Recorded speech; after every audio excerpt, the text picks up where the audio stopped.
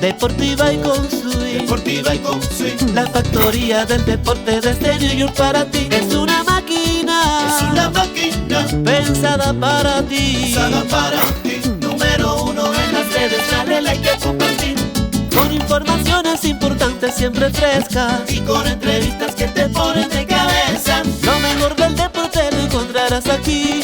Búscale en las redes, dale like y compartir. Suscríbete, Ay sí, infórmate. ok. Dale a la campana para que te llegue. Willie was just telling us that he feels physically good going in here. How good is that for you to hear after sort of being as careful as you could with that quad, and how important is a player like him to feel, 100% given his energy on the field? Yeah, I mean, I think his last week, he felt great on the field. Another 4 days only helps that. So it's great. I mean, I think he's made a huge impact on us. We're all well aware of the energy he's provided. Well aware of the energy he provided last year to Tampa during the playoffs. So he's capable of big things. He's capable of being an emotional guy that really helps you, and I expect we'll get that.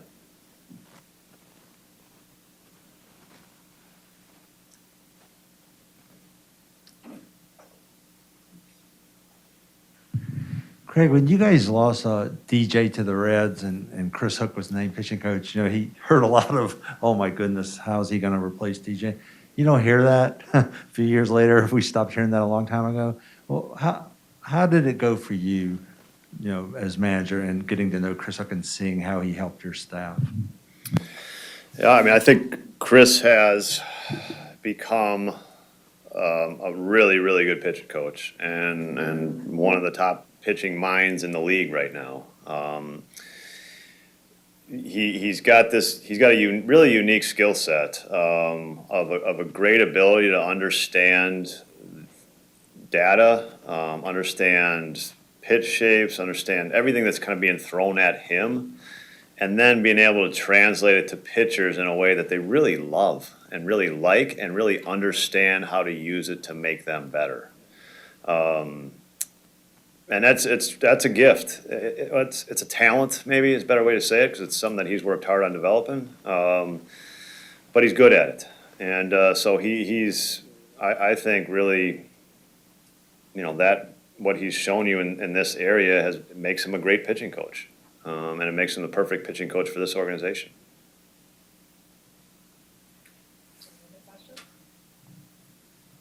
Okay.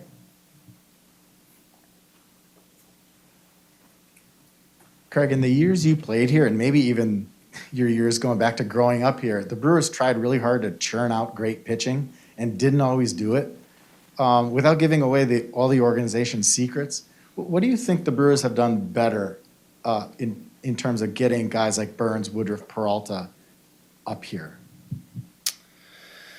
Yeah, first of all, it's not easy. I mean, it's not like, for the way pitching works in the big leagues, for most teams, is that the pitchers go somewhere else and succeed because it takes a while to become a really good starting pitcher. It's very rare for the young player in the league. So most guys end up with the next organization. It's common, it's normal almost.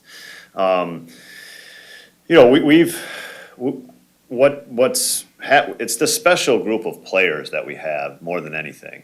This is a special group of guys, and I think that's where you start with this is their talent, and then I think overall organizationally we've poured a lot into understanding pitching, trying to develop it, trying to find it in every corner, trying to understand where it comes from, what are the signals that make it in scouting.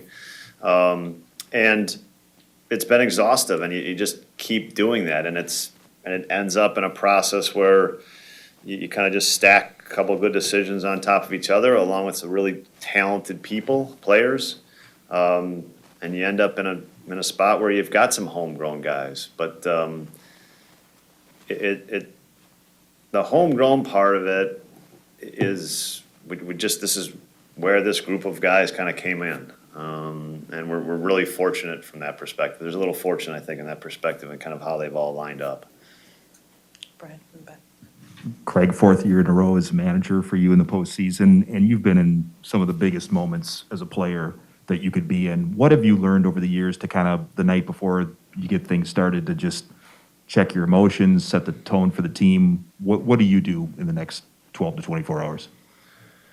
I think in the next, you enjoy yourself is what happens in the next couple hours on the field. You just enjoy yourself. And then we're like everybody else. We're excited. Can't wait to get on the field. Can't wait to get to the park tomorrow. Of course, there's some nerves. There's some nervous energy, like everybody else. So I don't think there's anything special I do. I'm gonna go have dinner with my family tonight, which everybody else is gonna do.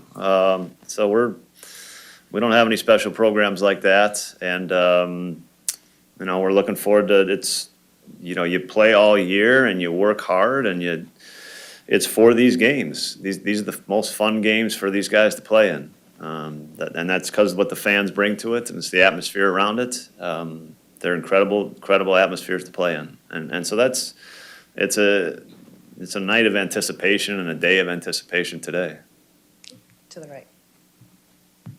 Craig, you challenged the starters, Corbin and Freddie and Woody specifically to kind of carry the team, right? That was their challenge for this year. How proud are you for just the way that they've consistently done that and set the tone for the team? Yeah, I mean, we look in spring training, we knew we had an elite group. And I think the challenge was for them was to do it. We had a couple guys that were on their heels in Adrian and Eric to keep up. And that's how we were going to be a really good baseball team. And all 5 of those guys have absolutely done it. And they've kind of led the charge. And probably as much as anything, they've taken on that responsibility of, I want to be great. Because it's not enough just to say that you got to live that. And they have, and that's the most impressive part of it. All the way in the back. I was reading in the Players Tribune, Colton Wong's article that he wrote about, among other things, how well he meshed into the organization. And there's other newcomers, whether it's Vogelbach or Willie Adames. Specifically, what has the organization done to make these newcomers feel so welcome here in Milwaukee to the point where they perform like the way that they performed this year? Well, the players deserve a lot of credit for that, and that's just the players welcoming new faces, kind of the understanding that there are going to be new faces, that we need new faces to succeed if the group wants to succeed, and I think that's in us. We know that has to happen, whether it be a young player, untested player from kind of comes out of nowhere, or veteran player. And that's just, we know how it's going to be that way. And so I think that creates an atmosphere that I want this guy to succeed, and that's very helpful. Over to the right. Craig, maybe without revealing too much, as you started to dig in a little bit more into this Atlanta team, I know you guys faced them in the end of July and all, but what sticks out to you about partially their reason for success in the second half and rolling into this postseason? Well, they're like teams that make the postseason. There's not a lot of weaknesses, and I think to get through 162 games, your weaknesses get exposed. So they don't have a lot of weaknesses. I think, at one point in the season they were struggling a little bit. They certainly took off in the second half. Their acquisitions at the trade deadline. They basically remade their outfield at the trade deadline. All 3 of those guys will probably be in the lineup tomorrow. That's a big deal when you get 3 regulars in your lineup in late July. Max Fried has pitched really, really well the second half. He's been good, and their bullpen. Even when we saw it at different times, I feel like their bullpen is just solid, consistent, versatile. They can throw a lot at you, different types of arms at you. And that, to me, leads to over 162 games. Every bullpen's got its kind of little bit of ups and downs, but it leads to consistency over the long term. We'll take one more, Craig. Just regarding Colton, you managed against him so many times over the last several years. What's the biggest thing you learned about him as a player this year that maybe you didn't know beforehand, just having him as a team, having him as one of your guys right now? It's easy. I think you learn to love any great defender. You learn to love watching them play every day. So you play on other teams and you play against great defenders. The nature of the game is you don't always get the opportunity to see it. But when you're with somebody for the 110 or 20 games that he's played and playing every day, to see a magical defender play every day and see him do the things that make him great, it's one of the reasons why you love the game. I love the game, and playing a position that I played a lot and watching him do it, it's gives me chills, honestly. I mean, he's so fun to watch do it. He does it in such a graceful way and really unique way that it's cool. It's hard to sometimes it's hard to describe, but you get excited talking about it.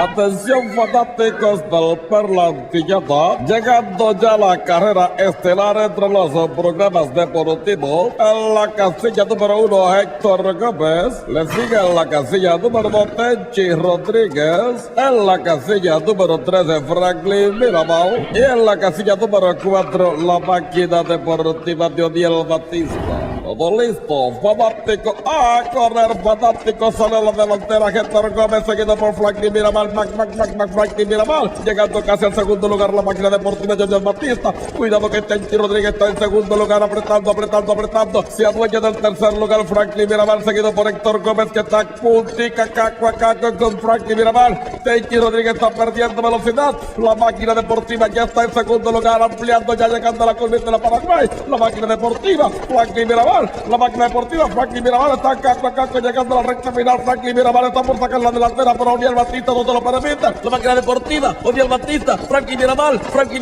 Odiel Batista, Franklin Mirabal, Odiel Batista, y es la máquina deportiva, amigos fanáticos, que se lleva la victoria en esta carrera por los programas deportivos. Felicidades para el ejemplar Odiel Batista montando la yegua a la máquina deportiva. Buenas tardes desde la Perla Antillada.